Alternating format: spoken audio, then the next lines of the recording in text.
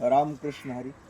वृक्षवल्ली आम्हा सोयरे वनचरी, संत तुकाराम महाराजांचा हा अभंग. आणि त्यातून ते आपल्याला सांगतात की वृक्षांचं महत्त्व काय आहे. हे झाडे लावा झाडे जगवा हे भारत सरकार आज राबवितंय, परंतु 400 वर्षापूर्वी त्यांनी जो संदेश दिला तो आज किती तंतोतंत लागू पडतो.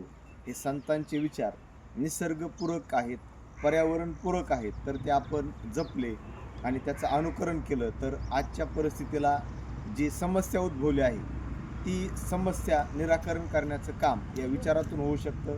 आणि त्याची जर आपण कृतीतून हे झाडं लावले, झाडं जगविले तर नक्कीच या पृथ्वीचं नंदनवन होईल. आणि नक्कीच आपण हे सगळे मिळून हे कार्य हाती घेऊया. आणि जे श्रमदान ग्रुप मिरजगाव या ठिकाणी दररोज 1 तास गावासाठी, या देशासाठी हे काम करत आहे. आपण सगळे या मोहिमेमध्ये सहभागी होऊया आणि झाडे लावा झाडे जगवा.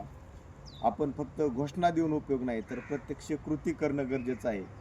पहा, एका क्षणात एक मशीन हजारो झाडं तोडते पहा, परंतु झाडं जगवणं किती गरजेचं आहे.